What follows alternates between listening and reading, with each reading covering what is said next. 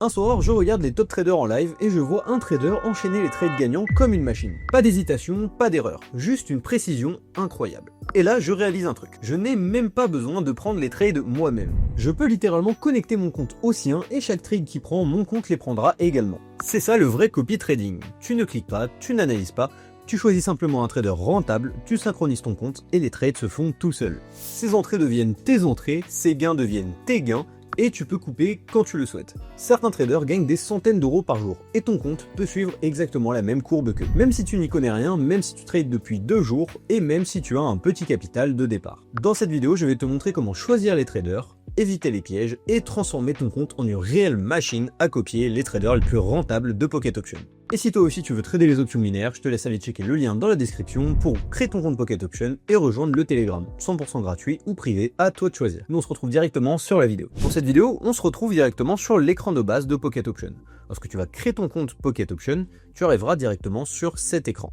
Là, tu es dans un compte réel. Dans un compte réel, bon, une fois que tu l'auras rechargé bien évidemment, tu vas pouvoir copier grâce à l'onglet Signal et Social Trading. L'onglet Signal, il va te permettre de copier directement des signaux en un clic. Donc là par exemple on a, hop, juste ici, un signal sur l'AED CNY. Donc ce signal il est pour moi de 1$, bam, je peux le copier directement et il dure 2 minutes. Mais ce qui va être surtout très intéressant, ça va être l'onglet Social Trading, parce que c'est là que tu vas retrouver les meilleurs traders de Pocket Option. Dans l'onglet Social Trading, tu vas pouvoir cliquer juste en haut ici, et tu vas avoir plusieurs choses. Tu vas avoir les traders les plus classés durant les dernières 24 heures, le top des traders qui sont classés également, le top 100 des traders, et si tu veux chercher un trader en particulier, tu vas pouvoir le rechercher juste ici. En tout, tu vas avoir ta liste de traders copiés, parce que oui, tu peux en copier plusieurs à la fois. Et enfin, tu peux voir également les traders qui te copient, ceux qui te regardent et ceux qui te suivent. Maintenant, comment ça fonctionne ? Et bien, juste ici, on est dans le top ranked trader for 24 hours. Donc, on est dans les traders les plus classés des 24 dernières heures. Maintenant, si tu cliques sur un compte, tu vas avoir plusieurs informations qui vont être très intéressantes. Dans un premier temps, tu vas avoir ici son idée. Alors l'idée sur Pocket Option, comment il fonctionne ? Il va de 1 jusqu'au plus possible. Donc c'est-à-dire que plus un trader va avoir un idée qui va se rapprocher de 1, plus son compte va avoir été créé précédemment. Donc là, bon, tu vois qu'il y a déjà beaucoup de traders différents sur Pocket Option, mais ça te donne une idée de son ancienneté. Maintenant, tu vas avoir donc son pseudo, son statut. Là, on peut voir qu'il est en ligne. Son nombre de followers, donc ça c'est le nombre de personnes qui le copient. Donc ça peut aussi te donner un ordre d'idée s'il est intéressant ou non. Son profil, ça c'est l'abonnement qu'il va avoir sur Pocket Option, pas quelque chose de très important. Par exemple, lui il est dans les meilleurs traders des dernières 24 heures.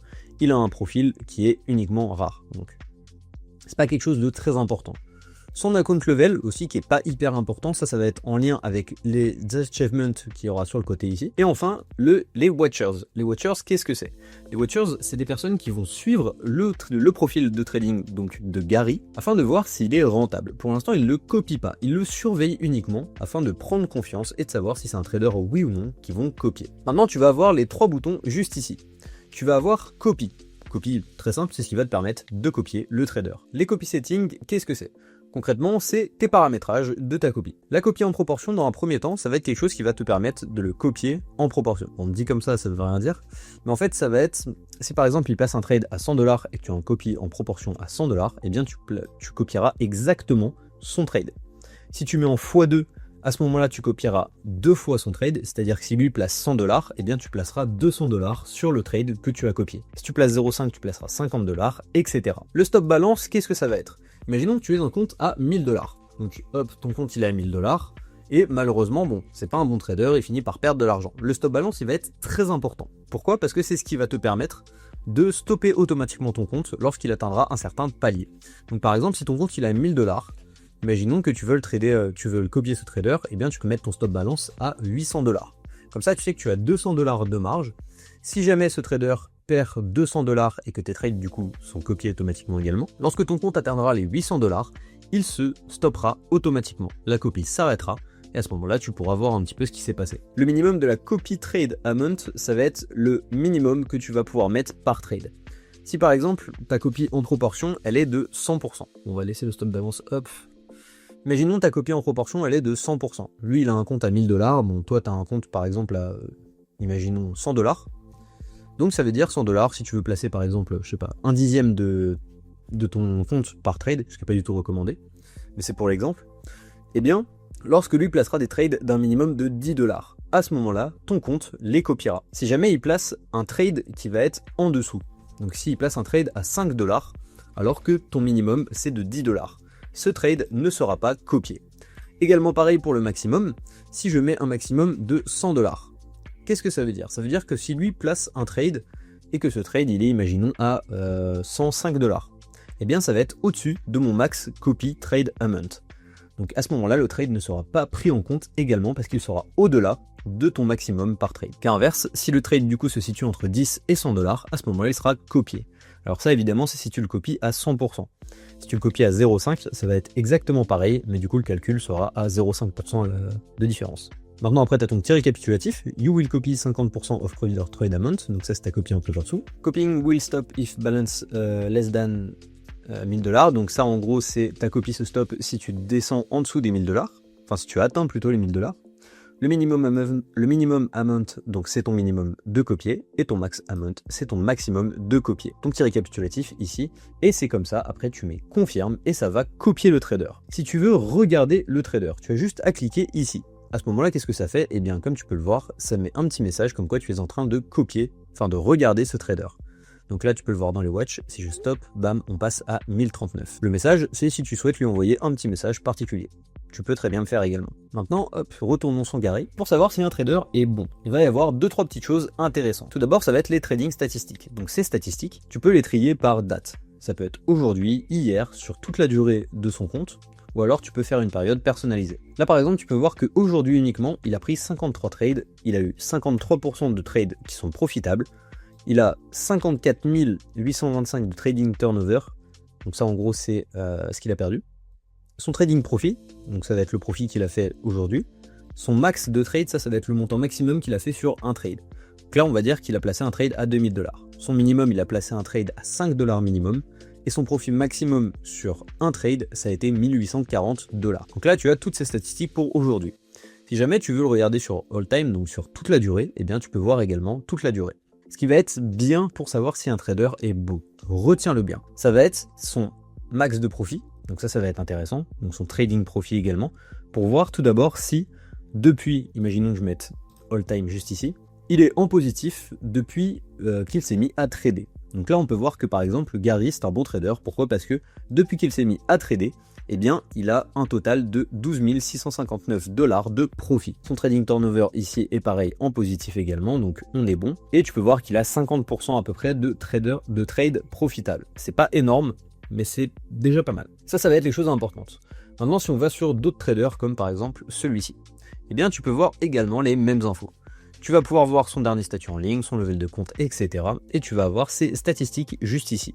Pour ces statistiques, pareil, tu vas te mettre sur all time pour savoir si c'est un bon trader ou non. Tu peux voir effectivement qu'il place pas énormément de trades, parce que ça fait seulement 420 trades qu'il a placé, 420 trades en trading d'options binaires en fonction de ton ancienneté, c'est pas énorme. Tu peux voir qu'il a plus de 50% de rentabilité, ce qui est pas mal.